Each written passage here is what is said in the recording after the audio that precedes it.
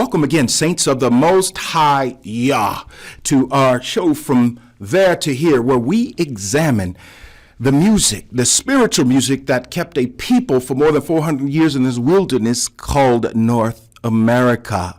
We try to add a little historicity and put a little theological context around the music that we grew up on, listened, and loved, as well as some of those things that many of us haven't even heard. And of course, I am your dearest host and servant, and dearest servant, as I like to say, Brother Dale from the St. Mark Baptist Church, and that is the St. Mark Baptist Church, located in Waterloo, Iowa, streaming here at KBBG 88.1 FM on your radio tuner, as well as streaming live around the world at kbbgfm.info.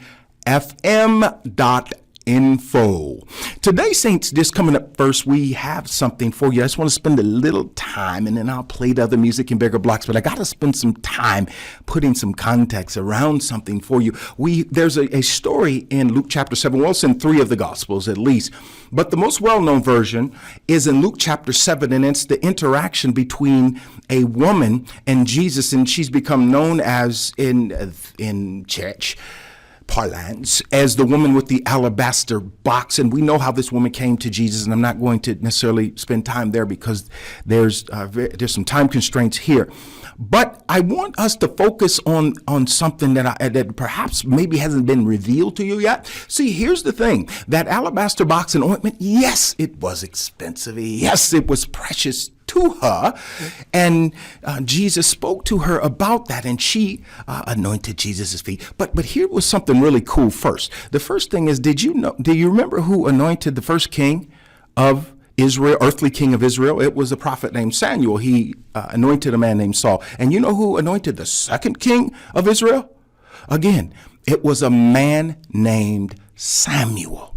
And Samuel, when they anointed kings, they had a horn of oil, and they poured that on these kings. But isn't it interesting that a prophet actually anointed the earthly kings of Israel, but it was a sinner woman who anointed Jesus in this scene? But that isn't what I want to tell you.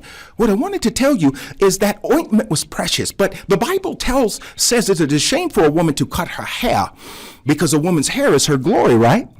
Well, I find this interesting is that she washed Jesus' feet with her tears, and what did she dry them with?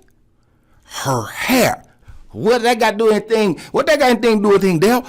Again, a woman's hair is her glory. So that ointment was precious to her, and it was expensive, but she surrendered something much more precious to Jesus than just some perfume.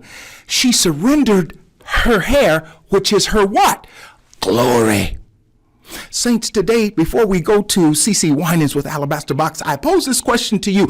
What part of your glory have you surrendered to the Lord recently? Enjoy.